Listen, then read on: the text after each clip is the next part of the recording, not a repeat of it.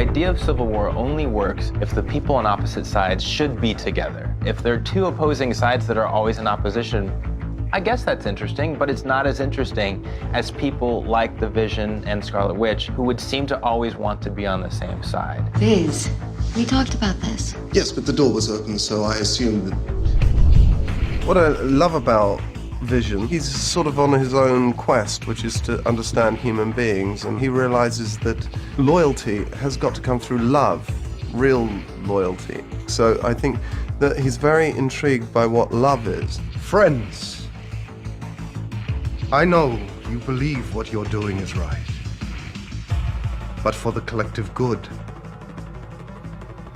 I cannot allow this to continue. He's trying to get both sides to behave in a manner that's acceptable and move forward in a very logical way. It's complicated by the fact that he is starting to experience affection for Scarlet Witch. Spirits lifted. Which is something from the books that's a great arc for him. The way that they've intelligently linked them is that they're powered from the same source. So wherever she gets her powers actually came from the same stone that gives him his whole life. Miss Maximoff manipulates molecular polarity, allowing her to alter reality. I'm a little harder to explain. What you struggle with is he is AI, he's not human, and yet he's the most subdued and felt sentiment in the room. He makes sense in every level, in a logical level and in an emotional level. Although he doesn't mean to, because it's a computer, he doesn't know the difference, but it's his performance is spot on. Mr. Stark would like to avoid the possibility of another public incident until the Accords are on a more secure foundation. And what do you want? For people to see you as I do. There are moments of such intense claustrophobia in this thing, because you are wearing a rubber balaclava that comes down to underneath your eyebrows and comes up to your chin, and this is the only piece of your entire body that is open to the air, and even that is covered in layers and layers and layers and layers of makeup. You really, really have to focus on meditate and focus on the long line of actors that would like to be in your position, and just remember how lucky you are. Are you smoldering? I'm smoldering. Yeah. You doing the eye squinty thing? So much of the Civil War story is told from Captain America's point of view. We've brought in Tony Stark to showcase that other side of that argument, and it's really the two of them and the people that team up with them. But at the same time, we thought it would be fun to introduce a third side, to introduce a character that audiences have wanted us to introduce for many, many years, who comes in and is really not agreeing with either side in particular and can represent sort of fresh eyes to see Tony's side of the argument, to see Cap's side of the argument, and frankly, to not necessarily care about either side of those arguments because he has his own agenda, and that's T'Challa, the Black Panther.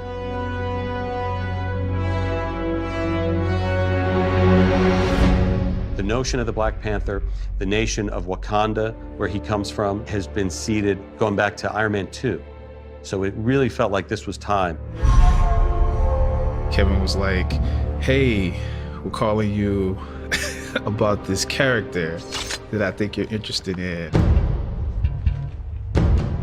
I think you know who I'm talking about. And I said, yeah, I think so. Like, are you interested in playing him? Yes. It was really that simple. Chadwick is a really smart, interesting, dynamic guy. I think Marvel is so consistent at bringing on such fine actors. It really feels like he's added to this group. Right. Yeah, that was good. And his presence on set, I think, raises the stakes a little bit for everybody.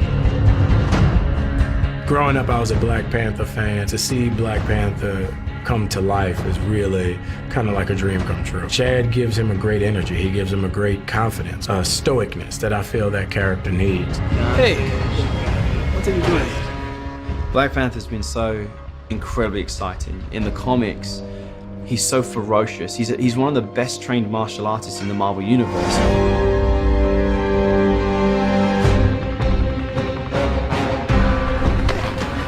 Where Cap is based in old school martial arts like judo, karate, taekwondo, aikido, You've got Panther with the more kind of flowing martial arts, like we're basing stuff off of capoeira. A lot of his acrobatic movement is capoeira, and a lot of almost Chinese influence with kung fu used with him.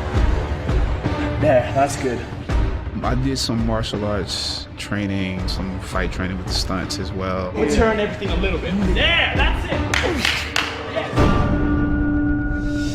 Because Black Panther comes from his own culture, we usually try to find the touchstones for each character and what is really going to drive the design language for that character. The Black Panther has been the protector of Wakanda for generations. A mantle passed from warrior to warrior. Because Wakanda has not really been specifically figured out or designed yet, it was a little bit of a challenge because we didn't know how sci-fi or what that language was going to be. So a lot of our early takes were trying to figure out, should the suit feel very sci-fi? Should it be sort of really representative of a technology level that is even more advanced than Iron Man? Or should we really push for sort of really cultural things? Like, you feel that this suit is the pinnacle of that culture as opposed to a technology. What we ended up trying to bring to it was really a sense of that combination of the two. Woven into that construction is also the culture. So there's a lot of sense of etchings and very fine detail that would be from hopefully a cultural roots, but the way it was executed was a way that our technology level wouldn't be able to be accomplished. It's supposed to be a vibranium weave. It's a vibranium weave into it. It's essentially it's armor. First thing I thought is they're gonna be little kids trying to dress up like this. Oh, Halloween. That's literally the first thing I thought was like, oh wow. There's something really exciting about in a Captain America movie who's known for his shield, this vibranium shield, to introduce Black Panther. They're coming from Wakanda, where vibranium came from, that made his shield, and who wears a vibranium suit. So there's a natural symmetry between the two characters in our iconography. It's amazing. Every time you see these suits, it's like, oh, that's another cool character. Under Rouge!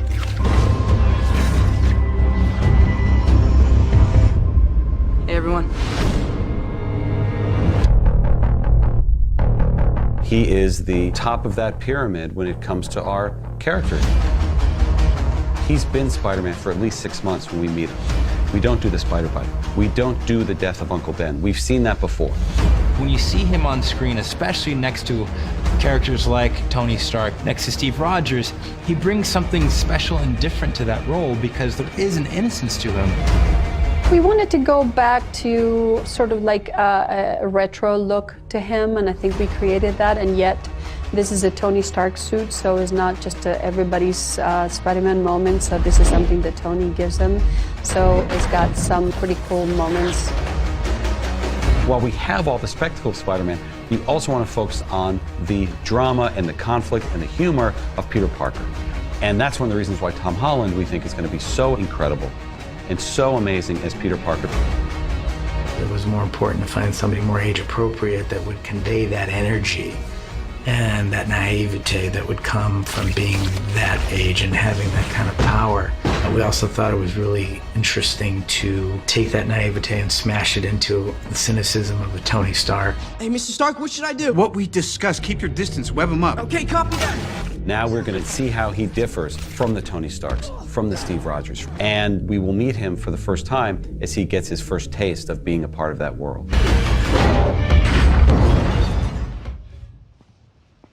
You got hard, kid.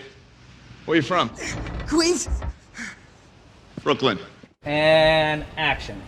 Hello? Mr. Stark? Should I go get those guys up there? Peter is such a young kid, and he's so, oblivious to kind of what just went on.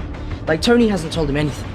Tony said that we need to go to Berlin, and you need to just have my back, kind of thing. I can't go to Germany. No, I've got homework. I'm gonna pretend you didn't say that. We're fortunate enough to end up with Tom as Spider-Man, who has a very capable physical background himself and brings an awesome physicality to the character that is a lot of fun to watch. But please don't be mad at me when you wake up. This is one of the most beloved Marvel characters in the Marvel Universe, and our job is to make him look different, make him look cool, and do something that people haven't seen before, and I think we're doing that. I know we're on different teams and we're fighting and all, but I love it, dude. It's awesome.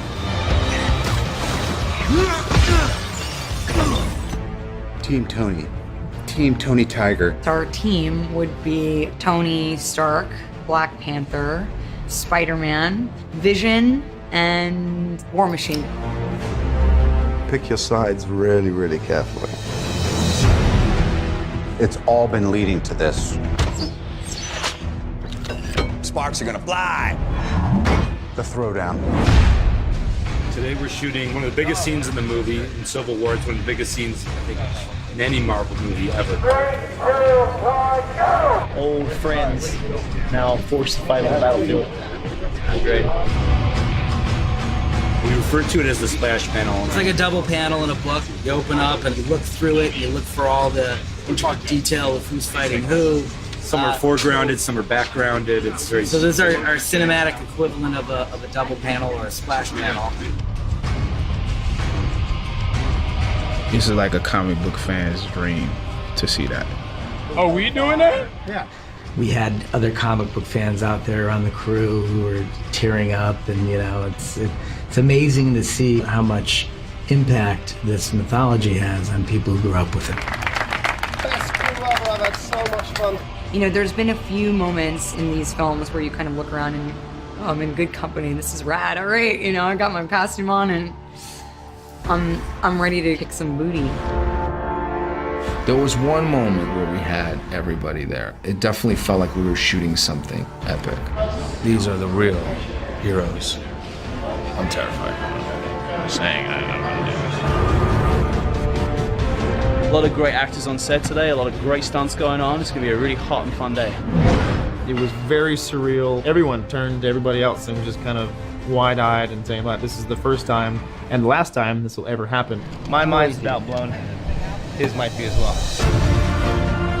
If you're talking about two sides lining up against each other, more powerful characters become key pieces. It's like a chess match. Just kicked War Machine, he lands, he's facing you, and then you come across.